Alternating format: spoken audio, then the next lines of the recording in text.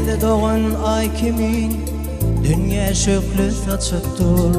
Bir taraf bu ülkeme güzelliğin saçıptır. Tende doğan ay kimin dünya şöklü saçıptır. Bir taraf bu ülkeme güzelliğin neçiptir.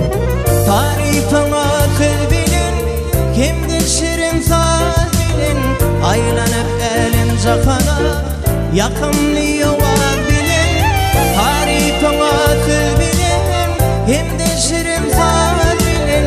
Aylanıp elin cakana yakınlığı var bilin.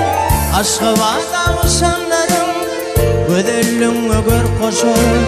Aşkı var davşanlarım kalbim yüreğim coşur. Aşkı var davşanlarım güzelliğine gör koşur.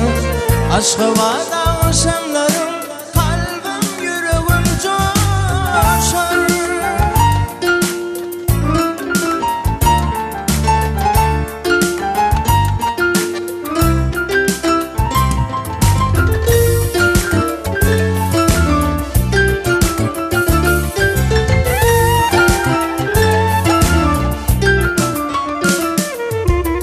Akmermerden kurdur yar Türkmenistan paytahtın. Karaştı bu ülkeme güzelliğin saçıptır.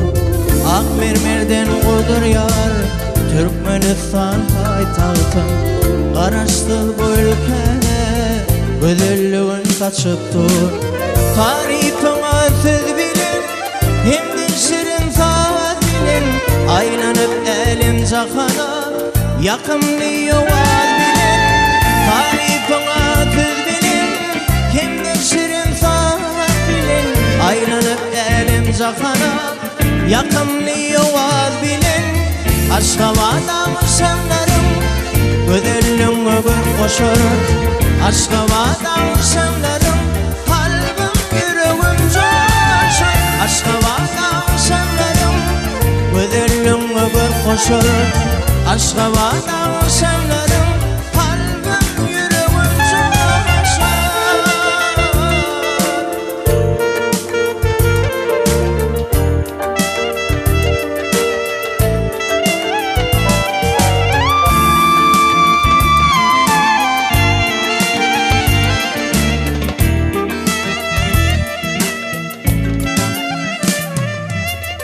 Aşka var davşanlarım güzelliğine gör koşur. Aşka var davşanlarım kalbim yüreğim coşur. Aşka var davşanlarım güzelliğine gör koşur. Aşka var davşanlarım